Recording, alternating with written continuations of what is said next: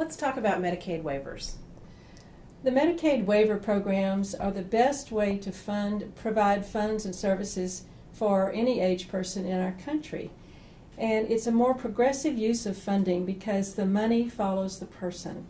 It's user-friendly because the family or the person with a disability is enabled to make decisions about how to use their budget.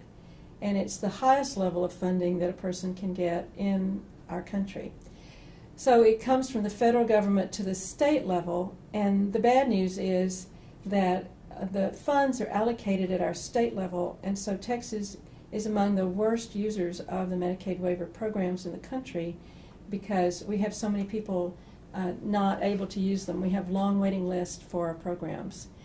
The main purpose of a Medicaid waiver program is to keep a person living in the community as opposed to the state school, a nursing home, or a large group home. So a person must be living in the community to use these funds or be eligible for these funds. And that means living at home or living in their own place or or small shared group home or combined living situation. Mm-hmm. So my son has been on a Medicaid waiver, the CLASS program, for about 10 years now, and it really raises the quality of our lives beyond measure because a person can assist him one-to-one each day to do what he wants to do, what he enjoys and finds productive as a one-to-one situation. But there's so much flexibility in where you live and how you use these funds that it can be individualized. Medicaid waiver funds, the way I conceptualize the role of Medicaid waiver eligibility in putting together a support system for a person with a disability is that it's almost like a revenue stream. Even though it doesn't come in to the person or the family in the form of revenue, it does come in the form of eligibility for things that you would have to spend money on if you were crafting that type of support for your loved one on your own. So becoming eligible for one of the Medicaid waiver programs, as Rosemary said, can really increase your flexibility planning for how to support your loved one in the way of providing therapies, building modifications. What else qualifies Equipment, recreation opportunities, even things like social work, counseling, job coaching. Really all of the kinds of supports a person needs to live a productive, possible, high-quality life in the community as an adult. As I've already said, Texas has very long waiting lists, so the best thing that staff can do for their students and their families is to be sure whenever you find a student, a family that's open, you need to help them be sure they're on the waiting list for these programs. As we said, they're 10-year waiting lists right now. And so what we really want is to give you some language for the best way to have staff help parents see the importance of getting on the waiting list for these programs like CLASS and HCS. The tricky thing in that situation is that because of the length of the waiting lists, often the students who we're talking about are very young. If we're hoping that the Medicaid waiver eligibility is going to kick in around transition time or even before, that means that in reality we need to be getting kids on these waiting lists when they're really little, like 4 or 5 or 6, PPCD and early elementary age.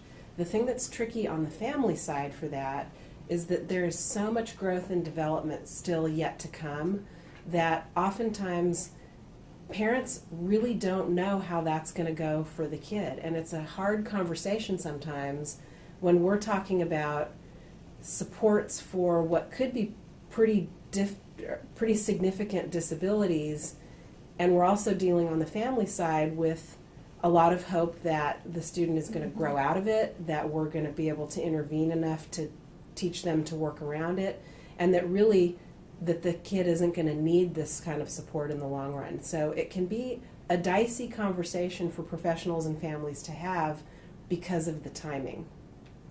But what you might be able to say is just get on the waiting list. And it's like buying an insurance policy. You have to cover your car or your house. This is like a simple step to take now that if you need it in the future, it will be there. Because if you don't get on the list, it won't be there for sure. I tell parents and professionals both that getting on the list is about a 5-minute phone call. Mhm. As parents, all you have to do is be ready with your child's social security number and a telephone.